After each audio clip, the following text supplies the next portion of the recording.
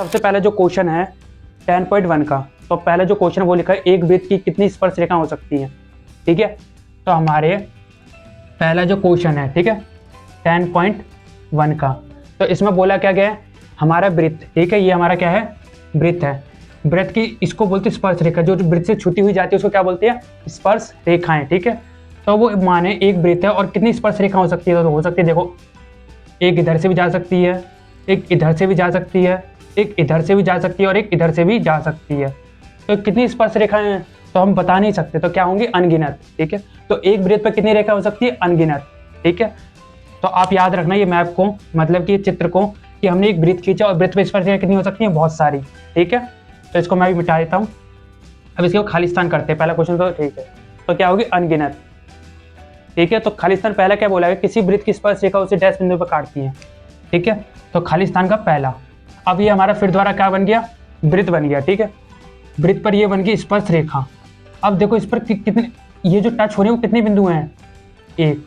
तो जितनी हमारी एक स्पर्श रेखा, ठीक है, कितनी बिंदु पर काटेगी, एक बिंदु पर काटेगी, और इसको बोलेंगे स्पर्श बिंदु। क्या बोलेंगे, स्पर्श बिंदु। ठीक है, जिस बिंदु पर वृत्त और ये क्या स्पर्श रेखा मिलेंगी उसको क्या बोलेंगे, स्पर्श बिंदु। ठीक है, और वो कितने पर कटेंगी, एक बिंदु। ठीक है, तो ये दोनों कहाँ मिलती है, एक बिंदु पर मिलती हैं, तो यहाँ पे क्या होगा, एक। ठीक है, तो कितने बिंदु होंगे, एक। अब दूसरा, वृत्त को दो बिंदुओं पर प्रतिच्छेद करने वाली रेखा को डैश कहते हैं। यहाँ पर दूसरा क्वेश्चन देखो, ये हमारा क्या है, वृत्त है। अगर कोई टच होकर जा रही है रेखा तो उसको बोलेंगे स्पर्श बिंदु या स्पर्श रेखा। ठीक है, ये बिंदु होगी स्पर्श रेखा, स्पर्श रेखा। ठीक है, जो स्पर्श करके जाएगी उसको क्या बोलेंगे, स्पर्श रेखा।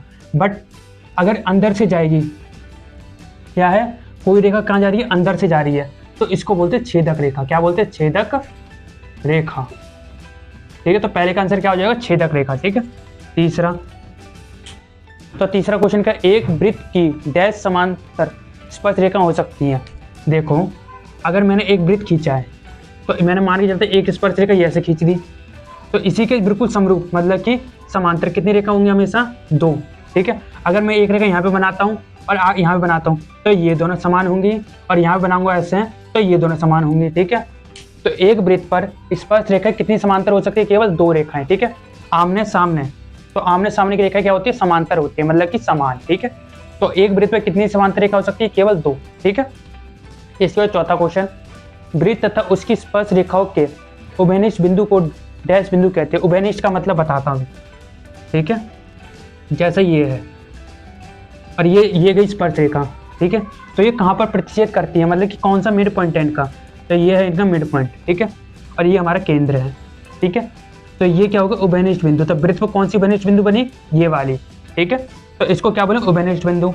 अब यहाँ पर तो बोल रखा है उभयनिष्ठ बिंदु को क्या कहती हैं, तो आपको पता ही है, जब भी क्या है, वृत्त और स्पर्श रेखा मिलेंगी तो कौन सी बिंदु बनेगी, स्पर्श बिंदु। ठीक है, तो जब वृत्त और स्पर्श रेखा, वृत्त और स्पर्श रेखा मिलेंगी जहाँ पर, तो उसको क्या बोलेंगे, स्पर्श बिंदु। ठीक है, तो इसका आंसर क्या आ जाएगा, स्पर्श बिंदु।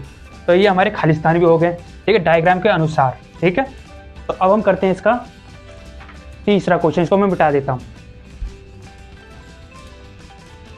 तो हम सारे क्वेश्चनों को डायग्राम के अनुसार करेंगे। ठीक है, अब तीसरा क्वेश्चन क्या बोला जाता है, 5 सेंटीमीटर त्रिज्या वाले एक वृत्त के बिंदु P पर स्पर्श रेखा PQ और PQ केंद्र O से जाने वाली एक रेखा से बिंदु Q पर इस प्रकार मिलती है कि QR बराबर 12 सेंटीमीटर।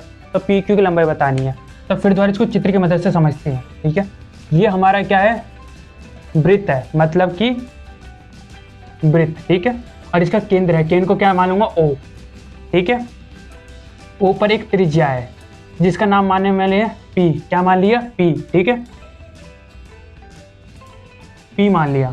अब इसके पास P से एक स्पर्श रेखा गई, ये गई स्पर्श रेखा। ठीक है, स्पर्श रेखा को इस बार हमें सीधी बनानी है। ठीक है, स्पर्श रेखा क्या बनी, ये बन गई स्पर्श रेखा, इधर से आ रही बिल्कुल सीधी। ठीक है, तो हमें बताना है,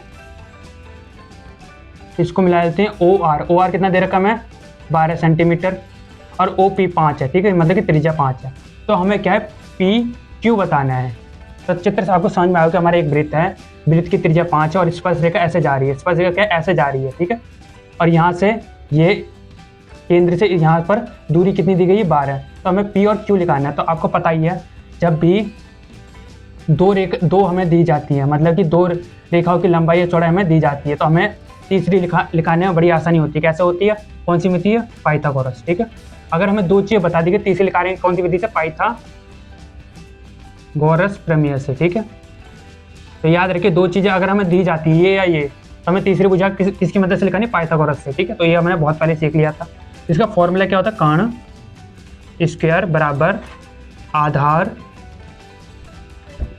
स्क्वायर प्लस लंब स्क्वायर। ठीक है, तो कर्ण कितना दे रहा है, कर्ण होता है ये, तो कितना दे रखा 12।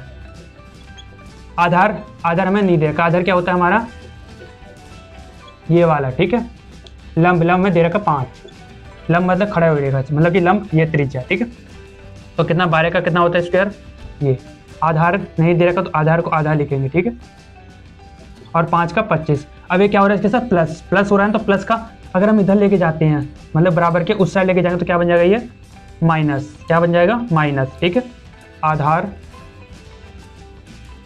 स्क्वायर, इनको माइनस करो कितना बनेगा 119, और एक स्क्वायर है, अगर हम स्क्वायर को इस साइड लेके गए तो क्या बन जाता है ये रूट।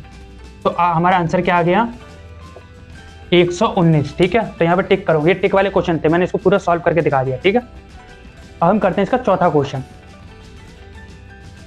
तो इसको नोट डाउन कर लिया होगा आपने, तो साथ ही साथ जब मैं क्वेश्चन करा तो नोट डाउन कर लिया करो। ठीक है, चौथा क्वेश्चन। ठीक है, चौथा क्वेश्चन में क्या बोलेगा, हमें एक वृत्त दे रखा है, क्या दे रखा है वृत्त, और अपनी मर्जी से कोई भी एक रेखा मान लो ऐसे, ये हमने दी गई है, दी गई रेखा है। ठीक है, तो हमें इसकी मदद से क्या है, इसकी मदद से हमें स्पर्श रेखा दिखानी है। तो कुछ नहीं करना, आपको बस एक इसकी लंबाई पता कर लेना कितनी है, मान लीजिए 5 है, तो हमें यहाँ से लेकर 5 सेंटीमीटर से लाइन खींच देनी है, तो इसको क्या बोलेंगे स्पर्श रेखा, स्पर्श रेखा। ठीक है, बस यहाँ पे डायग्राम बनाना है, बट जो भी आप ये रेखा लेंगे उसी के बिल्कुल बराबर यहाँ पर रेखा होनी चाहिए। ठीक है, बस ये इस चीज़ को ध्यान रखना। अब इसके बाद स्पर्श रेखा हमने दिखा दी, अब इसमें एक और रेखा दिखानी, छेदक रेखा। तो आपको पता है इसके बराबर ही यहाँ से इसको ऐसे छेदती हुई रेखा बना देना, तो इसको बोलते हैं छेदक रेखा, छेदक रेखा। ठीक है, तो इस तरीके से हमारा चौथा क्वेश्चन में कंप्लीट हो जाता है। तो याद रखिए, इसमें एक चीज़ याद रखनी है, अगर आप इसकी लंबाई 5 रखें तो इसकी लंबाई 5 रखनी पड़ेगी, और इसकी लंबाई 5 है तो छेदक रेखा की लंबाई क्या है 5 रखनी पड़ेगी। ये बार बार गलती करते हैं हम, इसको 3 लिख रहे हैं, कुछ इसको रखें कुछ इसको, पर सबकी लंबाई क्या होनी चाहिए, बराबर होनी चाहिए। ठीक है, तो इस तरीके से हमें डायग्राम बस दिखाना है वहाँ पर क्वेश्चन में। तो ये हमें दी गई रेखा थी, मतलब अपनी मर्जी से ले ली हमने रेखा, इस पर रेखा दिखाई थी हमने दिखा दी, और छेदक रेखा भी उसी में ही दिखा दी। ठीक है, तो अब हम करते हैं इसका 10.2।